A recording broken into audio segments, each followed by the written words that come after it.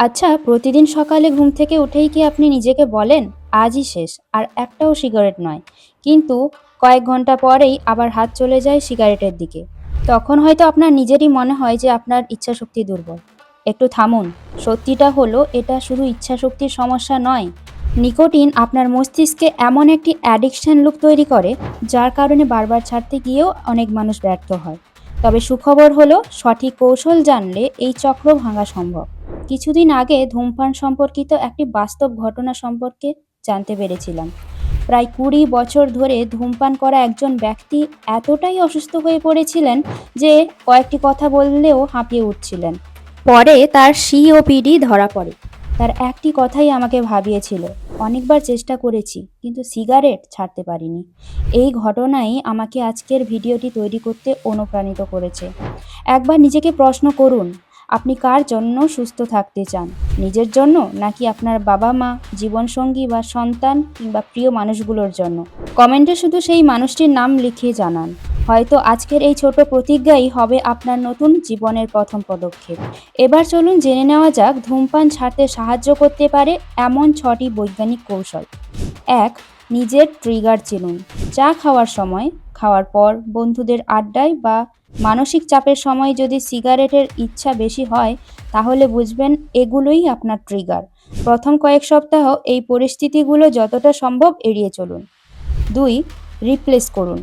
শুধু বাদ দেবেন না, সিগারেটের বদলে ঠান্ডা জল পান করুন। চিনি ছাড়া চিউইং গাম বা মৌরিও খেতে পারেন, তবে সুপারি বা জর্দা একদম নয়, কারণ এগুলি মুখের ক্যান্সারের ঝুঁকি বাড়ায়।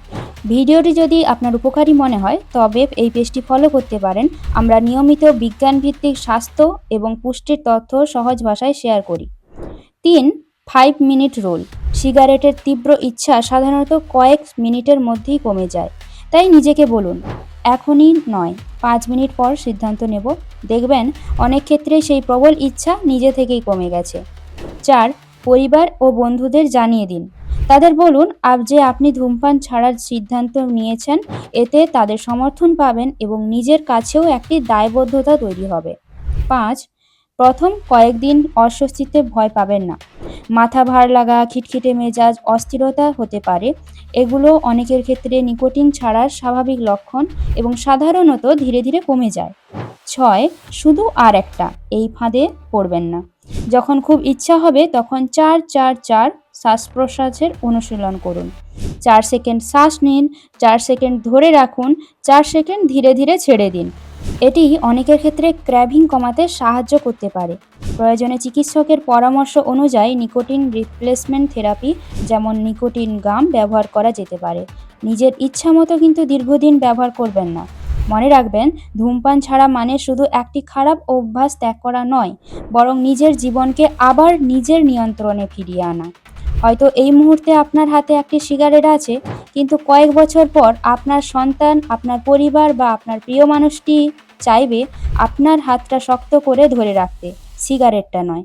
আজকের একটি সিদ্ধান্তই হয়তো আপনাকে আরও সুস্থ, আরও দীর্ঘ এবং আরও সুন্দর জীবনের দিকে নিয়ে যাবে। ধূমপান ছাড়তে যদি আপনার কোনো অসুবিধা হয়, তাহলে অবশ্যই একজন যোগ্য চিকিৎসক বা তামাক ত্যাগ ক্লিনিকের পরামর্শ নিন। আর যদি ভিডিওটি আপনার উপকারী মনে হয়ে থাকে, তাহলে একজন মানুষের সঙ্গে শেয়ার করুন যিনি হয়তো আজও এই নেশার সঙ্গে লড়াই করছেন। আপনার একটি শেয়ার হয়তো কারো নতুন জীবনের শুরু হতে পারে। আমরা এই পেজে বিজ্ঞানভিত্তিক তথ্য সম্পন্ন জনস্বাস্থ্য এবং পুষ্টি বিষয়ক তথ্য তুলে ধরি। সহজ বাংলা ভাষায় আপনাদের কাছে এই তথ্য পৌঁছে দেওয়া এবং সবাইকে সচেতন করাই আমাদের উদ্দেশ্য। সুস্থ থাকুন, সচেতন থাকুন।